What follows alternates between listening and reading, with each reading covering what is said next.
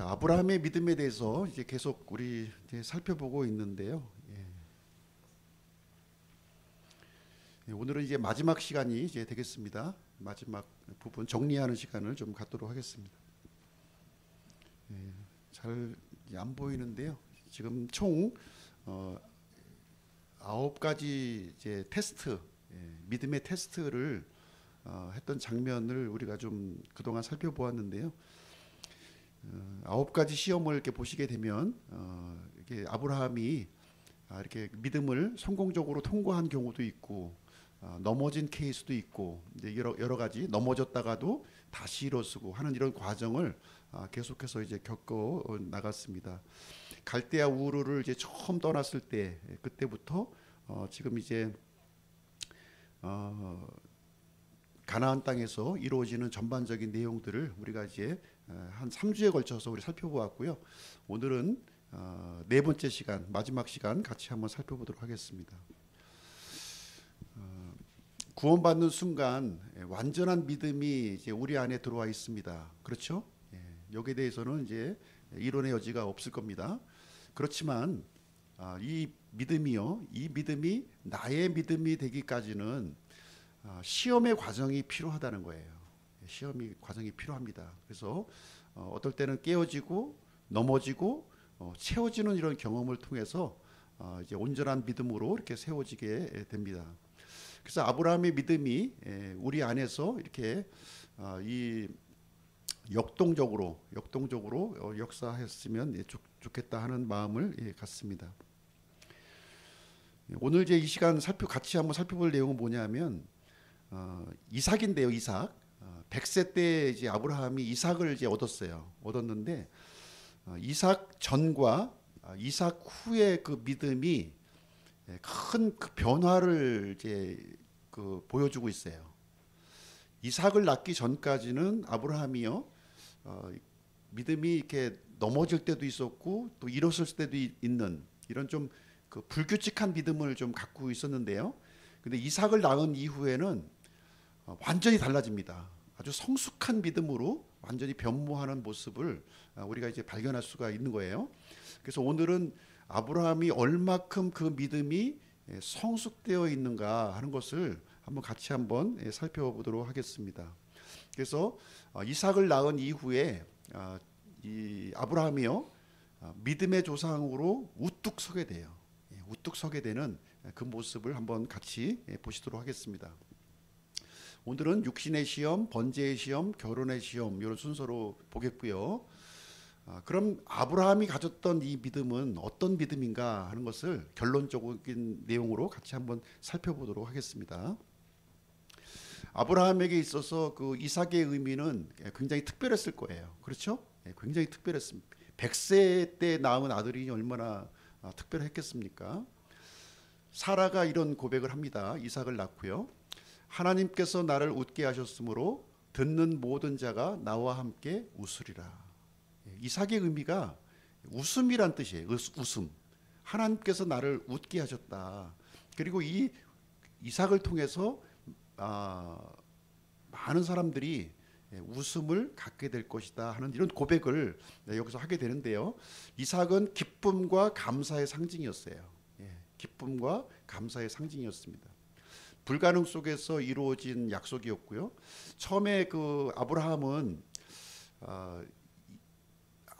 씨를 주겠다고 하는 약속을 주셨는데 참 그것이 이제 받아들여지지가 않았던 거죠. 않았습니다. 그러나 이삭을 낳고 난 이후에는 하나님의 이런 그 전능하신 하나님을 경험하게 된 것입니다. 그리고 이삭은요 믿음과 순종의 결과로 얻어진 열매예요. 처음에 75세 때 이삭에 대한 약속을 받았고요.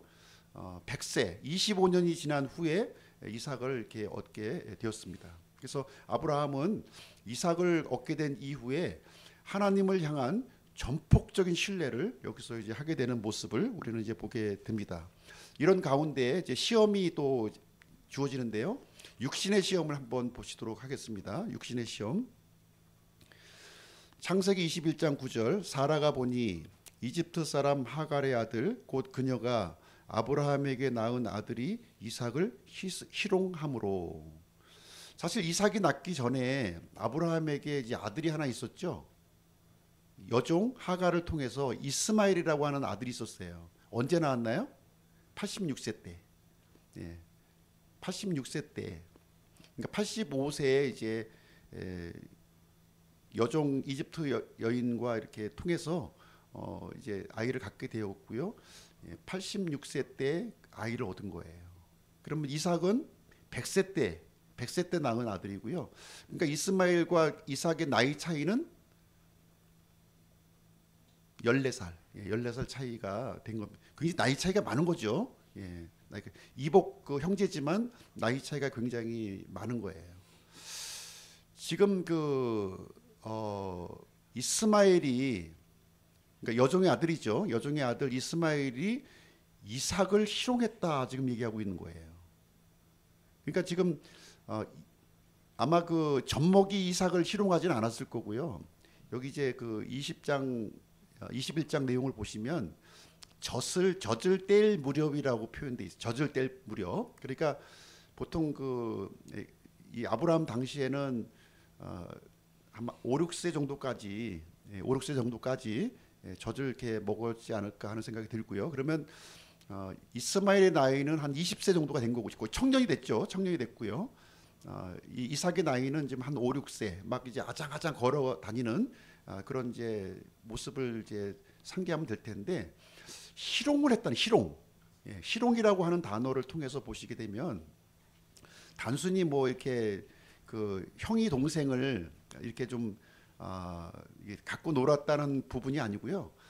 이것은 적대감을 갖고 박해를 했다고 하는 뜻을 가지고 있어요. 그래서 상속자가 누군가, 실질적인 상속자는 이삭에게 있는 거죠. 이삭에게. 그러나 이스마엘은 자신에게 상속권이 있다고 볼 수가 있는 거죠. 장남이니까. 아브라함이 장남이기 때문에 아마 그런 부분에 의해서 아마 좀 그 이삭을 희롱하고 이렇게 조롱하고 하는 일이 아마 이제 발생이 이제 됐던 것 같습니다. 이 부분이 단순히 그런 어떤 그 형 동생 간의 어떤 이런 다툼이 아닌 거죠, 지금. 신약 성경에서 이 부분을 좀 자세하게 설명을 해주고 있습니다. 신약 성경 갈라디아서 4장 26절, 30절, 31절 말씀을 보게 되면 이스마엘과 이삭의 갈등을 이렇게 표현을 하고 있어요. 성령을 따라 태어난 사람과 육체를 따라 태어난 사람과의 갈등으로 좀 묘사를 하고 있는 거예요. 그렇죠? 그리고 자유로운 여자와 노예 여자의 아들, 그 사이에 이런 갈등으로 지금 묘사를 하고 있는 겁니다. 보시면 이렇게 제가 요약을 해놨는데요. 이삭과 이스마엘의 이 갈등은 자유로운 여자의 아들과 노예 여자의 아들의 갈등이고, 약속의 아들과 육신의 아들 간의 갈등이요, 성령을 따라 태어난 자와 육체를 따라 태어난 자 간의 갈등으로 지금 묘사를 하고 있습니다. 그렇죠? 그래서 이스마엘을 이제 내보내라는 거죠. 내보내라는 거예요. 이것을 누가 제안하냐면 사라가 제안을 한 겁니다. 사라가 제안하니까 하나님께서 이렇게 그 말씀을 하십니다.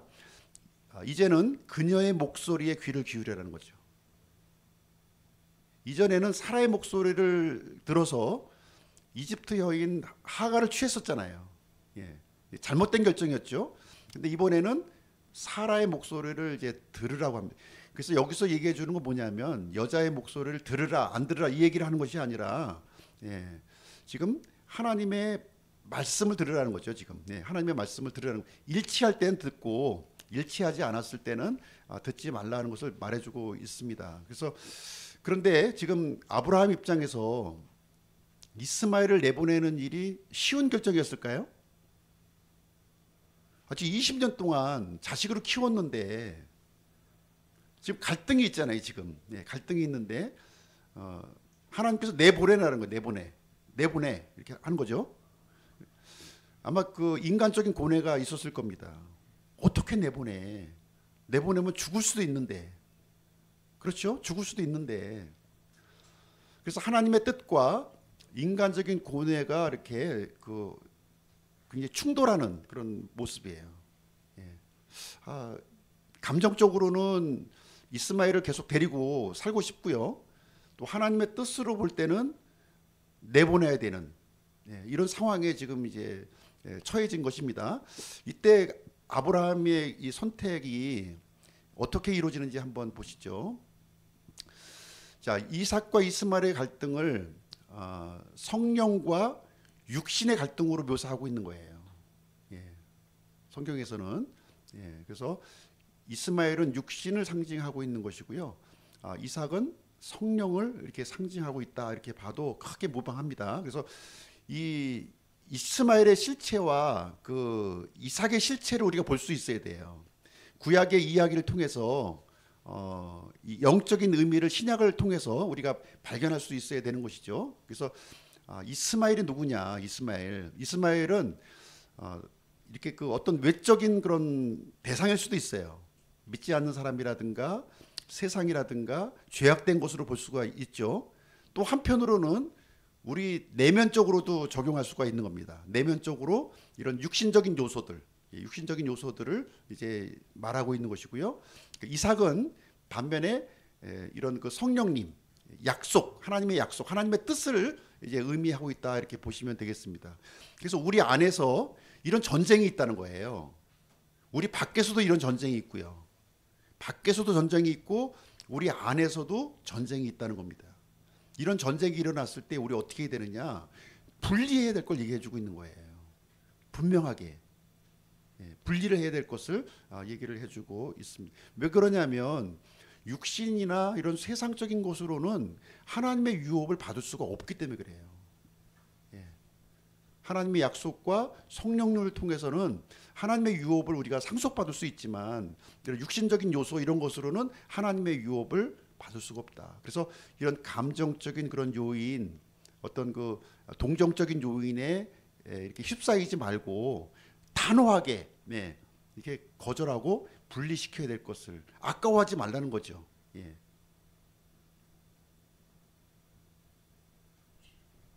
그렇다면 나의 이스마엘은 누구인가, 무엇인가 하는 것을 이 이스마엘의 실체를 발견하는 게 굉장히 중요하죠. 그렇죠? 이스마엘의 실체. 이스마엘의 실체는 신약 성경에서 이렇게 얘기하고 있는 것은 이런 율법적인 행위. 그러니까 이 이스마엘이 어떻게 생겨났는가를 한번 보시면 되는 거예요. 어떤 사람의 뜻, 사람의 노력의 산물이잖아요, 지금. 그런 것으로는 하나님의 유업을 받을 수가 없다는 겁니다. 그래서 그런 것들은 단호하게 이렇게 거절하고 쫓아버려야 될 것을 얘기해주고 있습니다. 우리 내면에 육체적인 본성도 있죠. 육체적인 본성으로는 하나님의 유업을 받을 수가 없는 것입니다. 자기중심적인 거, 교만, 탐심, 집착 이런 것들은 하나님의 유업과 상관이 없는 것입니다. 그래서 아브라함이 여기에 순종합니다. 순종해요. 그래서 아브라함이 아침에 일찍 일어나 빵과 물 한 부대를 취해 하갈에게 주되 그녀의 어깨에 그것을 메어주고 그 아이를 주며 그녀를 내보내매 그녀가 떠나 브엘세바의 광야에서 방황하더라. 그래서 이스마엘은 이제 들사람이 돼버립니다. 들사람이 되고요. 그래서 우리 믿는 사람들은 이렇게 육신대로 살면 반드시 죽지만 그러나 영으로 몸의 행실을 죽이면 살 수 있다 하는 내용을 이렇게 알려주고 있는 것입니다. 그래서 이 육신의 시험의 결과 아브라함은 이제 통과를 하게 되는 아주 성숙한 모습을 여기서 우리는 볼 수가 있습니다. 우리 그리스도인들도 이런 태도를 가져야 되는 거예요. 이런 태도. 아브라함의 믿음, 이 믿음을 우리는 이제 계승받은 사람인 것이죠.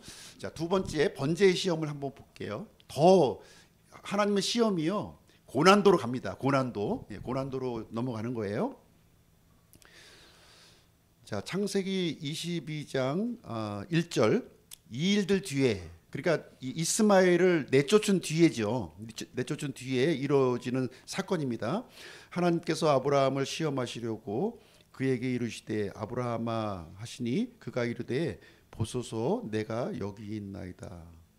자, 하나님께서 이거 시험이야 하고서 이제 그 전에는 시험인지 아닌지 모르는 상태에서 이제 시험을 받았잖아요. 근데 이제 구체적으로 시험이라고 지금 언급하고 있는 장면이 이제 되겠습니다. 어떤 시험이냐면 100세 때 얻은 아들 이 이삭을 번제의 헌물로 바치라는 거예요.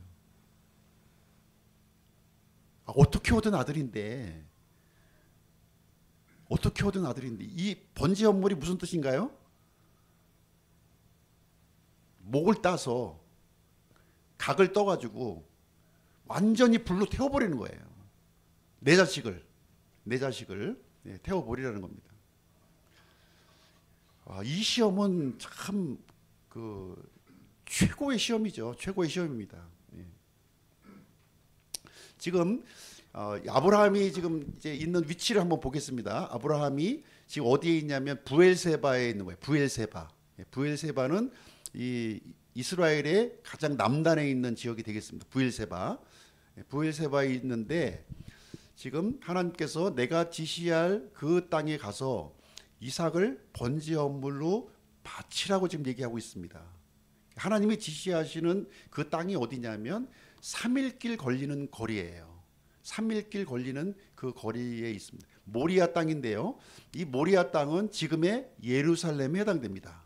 예루살렘. 모리아 땅은요 넓은 지역이에요. 넓은 지역.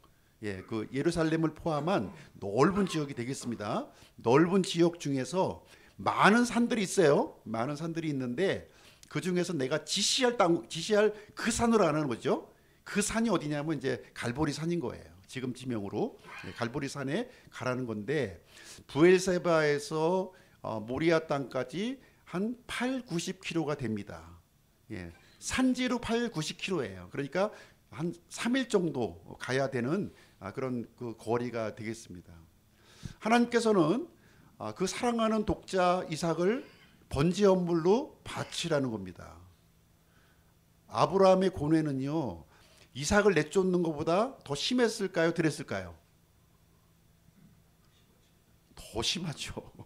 이스마엘 내보내는 것도 굉장히 힘든 결정이었어요. 그러나 이삭을 죽이라고 하는 거는 이거는 참 하나님 말씀이지만 순종하기 어려운 정도가 아니라 불가능한 그런 결정이었을 것으로 생각이 됩니다. 하나님의 뜻은 명확해요. 번제 헌물로 바치라는 거예요. 근데 나는 바칠 수가 없어. 이 아이를 어떻게 얻은 자식인데 죽으면 끝이잖아요. 죽으면. 예. 근데 하나님 바치라는 거예요 지금. 그래서 아브라함 어떻게 반응했을까요? 예. 자, 이스마엘을 버리라고 하는 그 시험에서 이제 이삭을 죽이라는 시험으로 지금 이제 넘어가게 됩니다. 아브라함의 반응 볼게요. 아브라함이 아침에 일찍 일어나 자기 나귀의 안장을 얹은 뒤 자기와 함께한 자기 청년들 중 2명과 자기 아들 이삭을 데리고 번제 헌물에 쓸 나무를 쪼갠 뒤에 일어나. 지금 아브라함의 모습을 통해서 지금 발견할 수 있는 것은 아브라함에게 지금 주저함이 보이나요? 이러면 안 되는데 하는 이 주저함이 있나요? 아침 일찍 일어났어요. 일찍 일어났고요. 예, 나귀의 안장을 얹었고요. 또 같이 함께할 그 청년들을 또 이렇게 대동했고요. 또 번제 헌물에 쓸 나무를 다 쪼개서 다 준비를 한 겁니다. 예, 즉각적으로 지금 조금 더 망설이지 않고 즉각적으로 순종하는 아브라함의 모습을 여기서 발견합니다. 한순간에 얻어진 게 아니에요. 지금 이때 아브라함의 나이가 한 몇 세쯤 됐을까요? 이삭을 번제 헌물로 바쳤을 그 시점이 어느 정도 이삭의 나이가 몇 세쯤 되었을까요? 성경에 나온 건 없어요. 성경에. 근데 이 사건 뒤에 사라가 죽는데요. 137세에 죽습니다. 127세. 근데 이삭은 사라가 90세 때 얻은 아들이잖아요. 이 사건 뒤에 사라가 127세에 죽어요. 그러면 이삭의 나이가 그때 37세가 되는 겁니다. 37세 직전에 일어난 일이에요. 그러면 30대 초반으로 보는 것이 좀 문맥상으로 좀 이렇게 좀 받아들여지는 거죠. 어린 이삭을 지금 번제물로 바치는 게 아니고요. 거의 30세가 된 거의 성년이 된 이삭을 지금 바치라고 하는 명령하셨고 아브라함은 그 명령에 순종하는 모습을 지금 이제 보여주고 있는 것입니다. 하나님께서 자기에게 일러주신 곳으로 갔더라. 3일길입니다. 3일길. 3일길이에요. 그때 셋째 날에 아브라함이 눈을 들어 그곳을 멀리서 바라보고 이 3일길은 아브라함에게 순종의 길이었고 죽음의 길이었고 이삭의 죽음이 자신의 죽음이었지 않겠습니까? 자기하고도 바꾸고 싶은 마음이 있었을 거예요. 믿음의 길이었습니다. 하나님을 향한 사랑과 희생의 여정이었을 겁니다. 아마 하나님을 향한 사랑과 희생이 없었다면요, 단 한 걸음도 내딛지 못했을 거예요. 그러나 이 3일길, 아브라함이 가는 이 3일길의 여정은 아까워서 마지못해서 하는 것이 아니라 당당한 모습이었을 거예요. 하나님을 순종하는, 하나님께서 이삭을 바치라고 하셨다면, 죽는다면 하나님은 이삭을 다시 주실 뿐만 아니라 다시 살리실 수 있다고 하는 그 믿음이 아브라함에게 전제되었기 때문에 아마 가능했을 겁니다. 자, 이 이삭의 죽음은요, 예수님의 죽음을 정확하게 예표하고 있어요. 예수님의 죽음을 정확하게 예표하고 있습니다.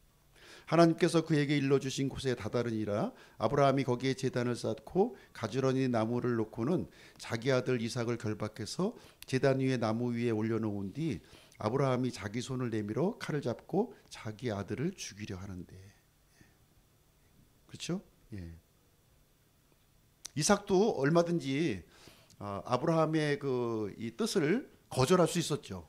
힘으로 못 간다 나는 할 수가 있었습니다.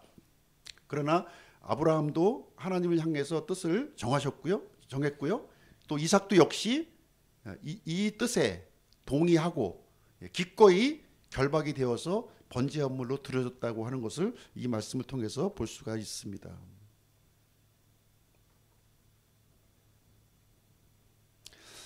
이 시험도 아브라함이 성공적으로 통과합니다. 굉장히 이전과 다른 모습의 아브라함의 모습을 여기서 발견할 수가 있습니다.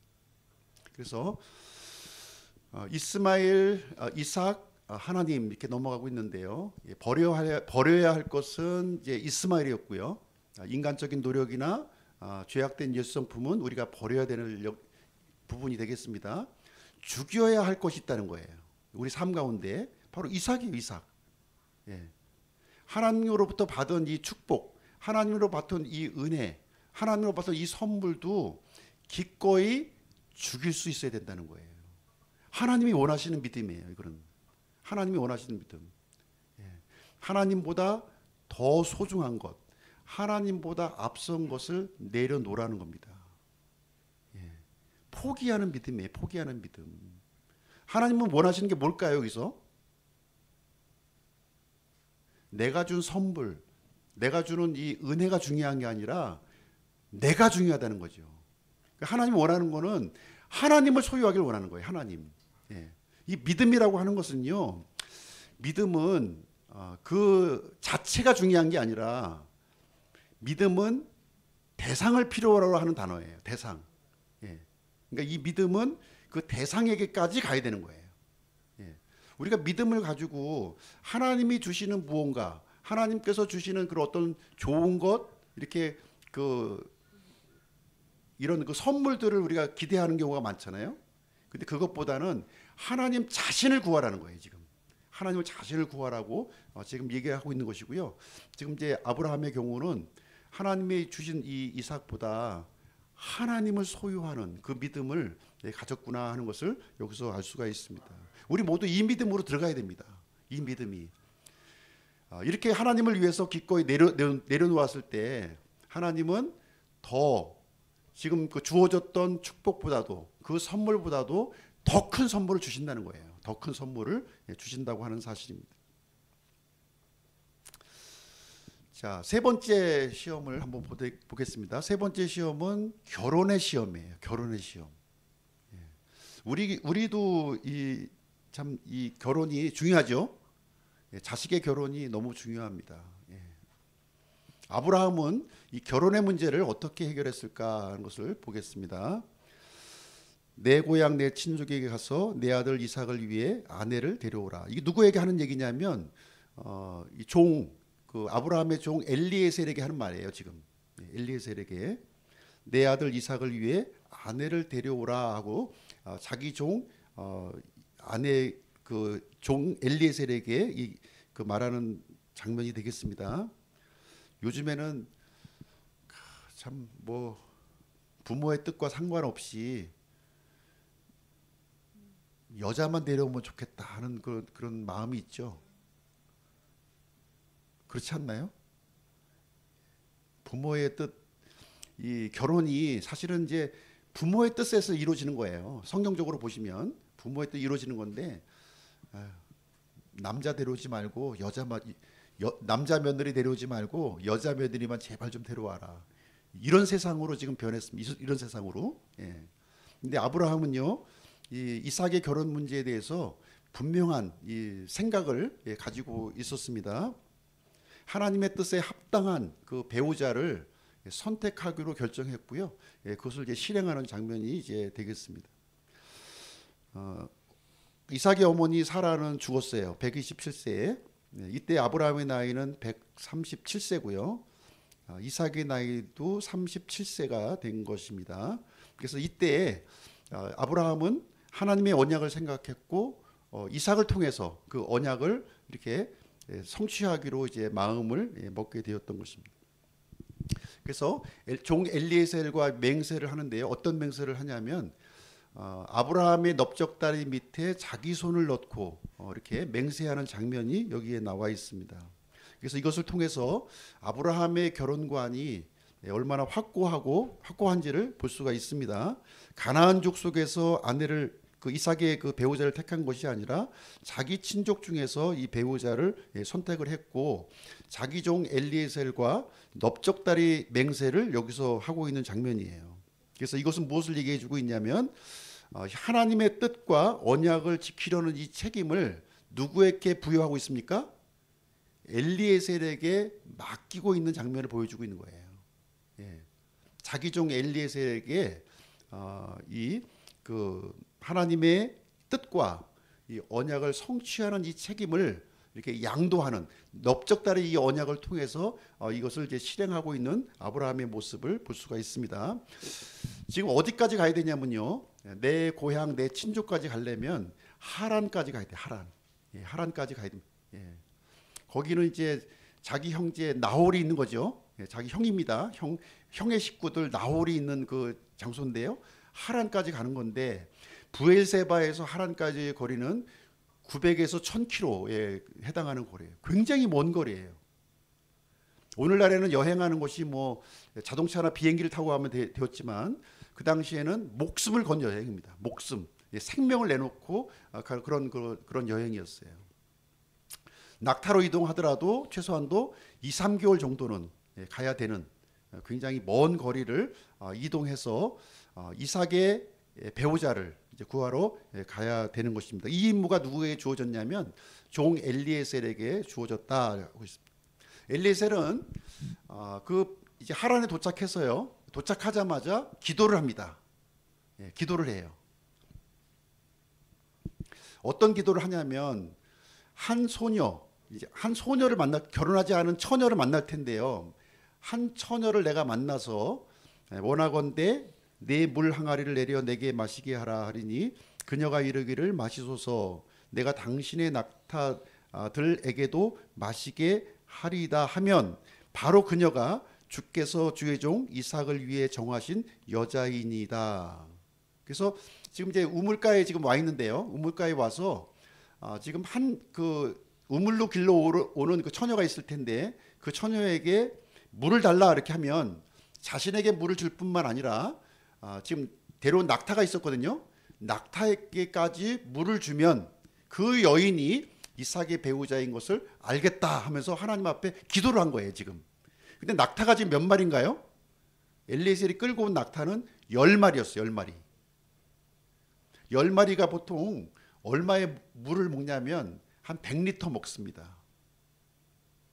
100리터면은 20리터짜리로 5통이죠. 그러면 10마리면 50통을 물을 달라고 했을 때 한 대접 주는 건 어렵지 않아요. 근데 10마리 낙타를 먹이는 건 쉽지가 않은 거죠, 지금.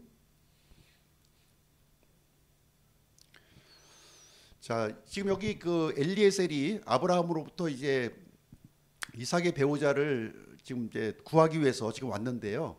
엘리에셀의 선택의 기준은 이렇습니다. 아브라함의 맹세가 있었고요. 그리고 하나님의 인도하심을 구했고요. 그리고 이 자신의 요청에 대해서 수락하는 그 여인, 수락하는 여인이 있어야 되었던 것입니다. 이때 이제 리브가가 등장합니다. 리브가.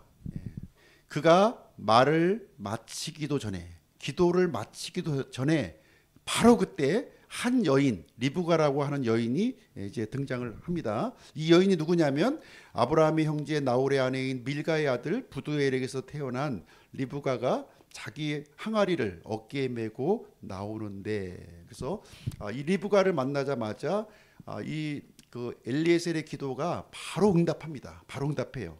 정확하게 해요. 아브라함의 친족을 만났고요. 그리고 이 여인은 낙타 10마리에게 물을 주었고요. 또 이 혼인 요청에 대해서 수락하는 그 일이 여기서 일어나게 되었습니다. 지금 이제 리브가에게 질문하는 장면이에요. 함께 가겠느냐 엘리에셀이 물어보는 거예요. 지금 아브라함이 있는 신랑이 있는 이삭에게로 가겠느냐 지금 요청을 하는 거죠. 프로포즈를 한 겁니다. 이삭을 대신해서 프로포즈를 했는데 리브가가 이제 어떤 결정을 하냐면 이렇게 결정합니다. 리브가를 불러 그녀에게 이르되 내가 이 사람과 함께 가려느냐 하니 그녀가 이르되 가겠나이다 이렇게 결정합니다. 미지의 땅, 얼굴도 못 봤어요. 신랑 얼굴도 못 봤고요. 그리고 1000km가 되는 그 먼 거리를 가겠다는 결정을 리브가가 하게 됩니다. 엘리에셀의 설명을 충분히 들었고요. 리브가는 이해했고요. 가족을 떠나는 결단을 하고 또 이삭을 신뢰했고 또 이삭을 신랑으로 맞이할 결단을 여기서 하게 됩니다. 그래서 리브가는 하나님께서 준비하신 그 언약 속에 내가 들어가겠다고 하는 결정을 여기서 하게 되는 것입니다. 자, 이삭의 신부감을 위해서요. 이삭의 신부감을 위해서 지금 이제 세 사람이 등장하죠. 세 사람. 아브라함, 이삭, 엘리에셀이 등장하는 거예요.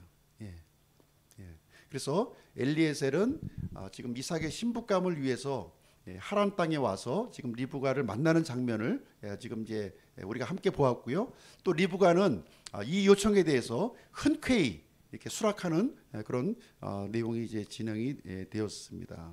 그래서 이 모습은 바로 이제 그리스도의 신부감을 우리가 이제 구하는 그 이야기로 이렇게 연결이 되는 거예요. 아버지 하나님과 아들 하나님, 성령 하나님께서 이제 아들 하나님의 신부감을 지금 이제 구하시는 장면으로 지금 연결이 되고 있는 것입니다. 아버지의 모습은 아브라함이죠. 아브라함은 아버지 하나님을 예표하고 있고요. 이삭은 아들 하나님을 예표하고 있고 종 엘리에셀은 성령 하나님을 예표해서 이제 그리스도의 신부감을 구하는 모습이 여기에 이제 연출이 되고 있는 것입니다.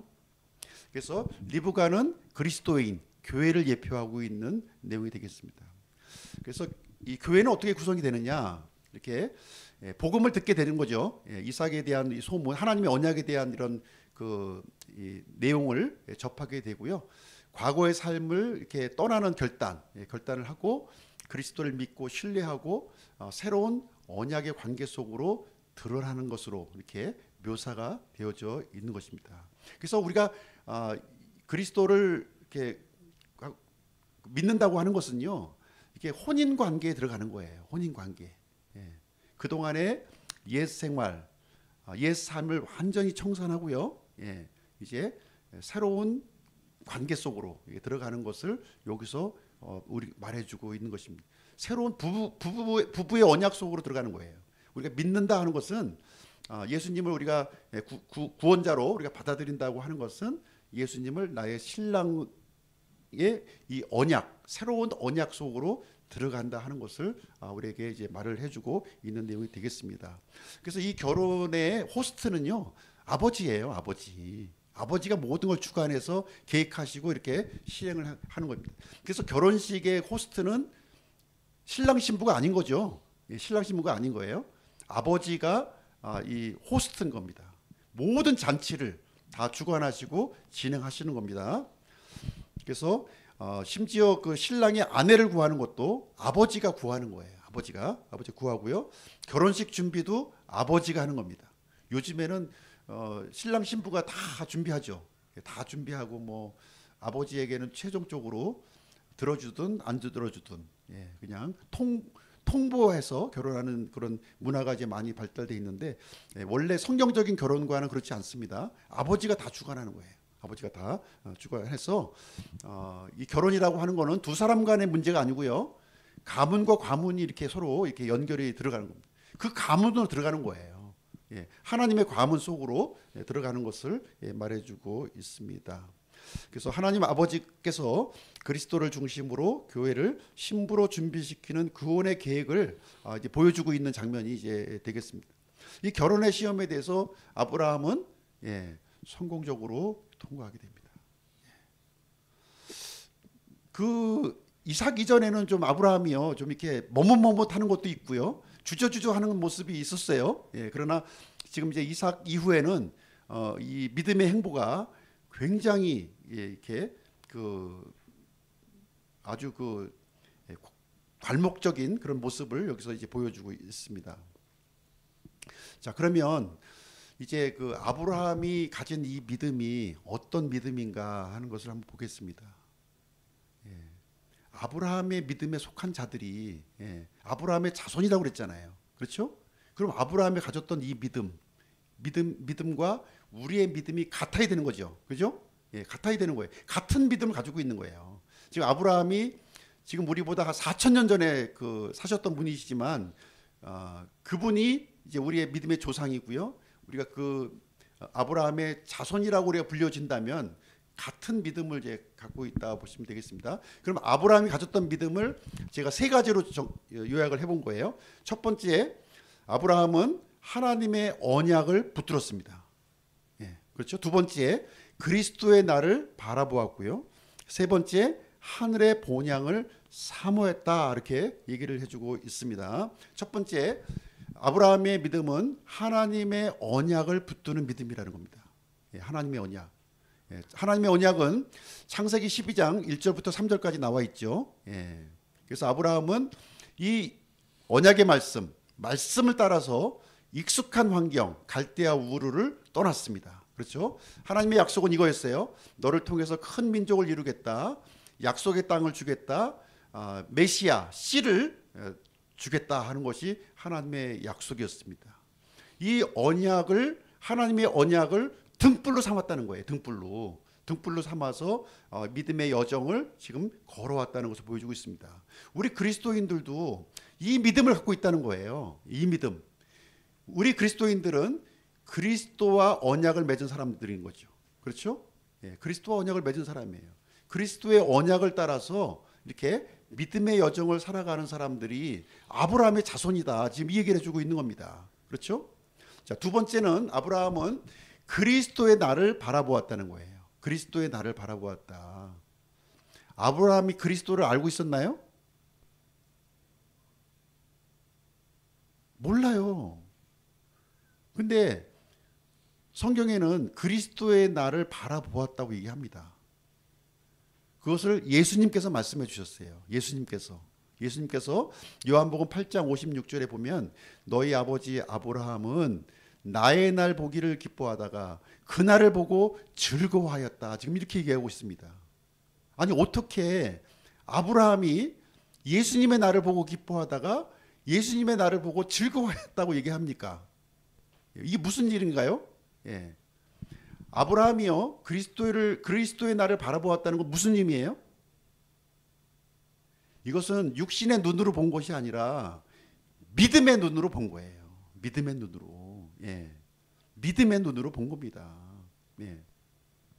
이것을 단적으로 보여주는 사건이 바로 이삭 번제헌물 사건이에요. 이삭 번제헌물 사건.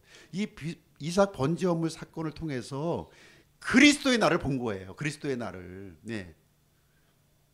이삭은 어떤 사람이었습니까? 죽어야 할 죄인이었다는 거예요. 죽어야 될 죄인. 번제헌물을 받아야 되는 태워서 없애버려야 될 죽어야 될 죄인이었어요. 근데 하나님께서는 죽어야 될 죄인을 위해서 무엇을 준비했나요? 덤불에 걸린 순양을 준비하신 거예요. 예. 덤불에 걸린 순양은 바로 메시아의 대신 속죄를 의미하고 있는 거죠. 그렇죠? 예. 그래서 그 장소를 뭐라고 불렀습니까? 여호와 이레. 예. 그것을 보리라. 예. 그것을 보리라. 아브라함은 믿음의 눈으로 여호와 이레를 보았다는 거예요. 하나님께서 준비하실 것을 보았다는 거죠. 그리스도의 날을 준비하실 것을 보았다는 겁니다. 아브라함은 하나님의 구속 계획을 믿음의 눈으로 바라보았고요. 그 날을 기뻐하고 즐거워했다는 겁니다. 예, 숯불에 걸린 그 순양이 이삭을 대신해서 이렇게 드려졌고요. 이삭이 살아났잖아요. 그런 방식으로 많은 사람들이 이런 그 대속 사건을 통해서 구원받게 될 것을 믿음의 눈으로 바라보았다. 예. 우리 그리스도인들이 아브라함의 자손이라면 그 믿음이 우리 속에 있어야 되는 거예요. 그 믿음이. 예. 우리는 소망 없는 죄인의 모습이라는 겁니다. 이삭과 같이 소망 없는 죄인인데 예수 그리스도를 통해서 우리가 죄사함 받고 용서받고 하나님의 생명을 얻게 되었다. 예. 그래서 이 십자가의 방법 외에는 구원의 방법이 없다고 하는 사실을 이 복음의 그림이 여기에 담겨져 있는 겁니다. 이것을 아브라함은 바라보았고 그걸 보고는 즐거워하였다고 지금 얘기해주고 있는 것입니다. 자, 세 번째 아브라함의 믿음은요 하늘 본향을 사모했다는 거예요. 하늘 본향을 사모했다. 히브리서 11장에 이렇게 아브라함의 믿음을 요약 정리하고 있어요. 이제는 그들이 더 좋은 본향을 사모하니 곧 하늘의 본향이라. 그러므로 하나님께서도 그들의 하나님이라 불리는 것을 부끄러워하지 아니하시나니 이는 그분께서 그들을 위해 한 도시를 예비하셨기 때문이라. 아브라함은요 이 땅에 있는 것을 목적으로 삼지 않았다는 거예요. 이 땅. 그래서 어떻게 살았습니까? 장막 생활. 나그네와 순례자의 삶을 살았다고 지금 이제 성경에서 말하고 있는 겁니다. 그래서 나그네라고 하는 것은 하나님의 보호 속에 살아가는 거예요. 우리가 이 땅에 우리 그리스도인들이요 이 땅에 이렇게 거주하지만 이 땅에 속한 사람이 아닌 거죠. 이 땅에 속한 사람으로 사셔는 안 되는 거예요. 우리가 이 땅에 거주하고는 있지만 이 땅에 속한 사람으로 살아가지 않고 나그네로 살아가는 겁니다. 나그네로.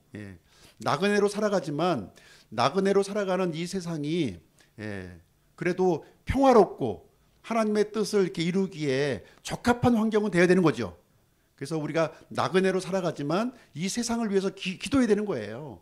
이 정부를 위해서 기도하고 하나님의 복음이 이렇게 활발하게 효율적으로 전달될 수 있도록 우리가 기도하고 이렇게 해야 되는 겁니다. 두 번째는 우리가 순례자예요. 순례자라고 하는 것은 목적지가 있는 사람이에요. 목적지. 그냥 이게 방황하는 사람이 아니라 목적지, 분명한 목적지가 있다는 것이죠. 이 땅의 목적지가 아니라 하나님께서 예비하신 그 도시가 우리의 목적지라는 겁니다. 그래서 힘들고 어렵고 참 고된 인생길이죠.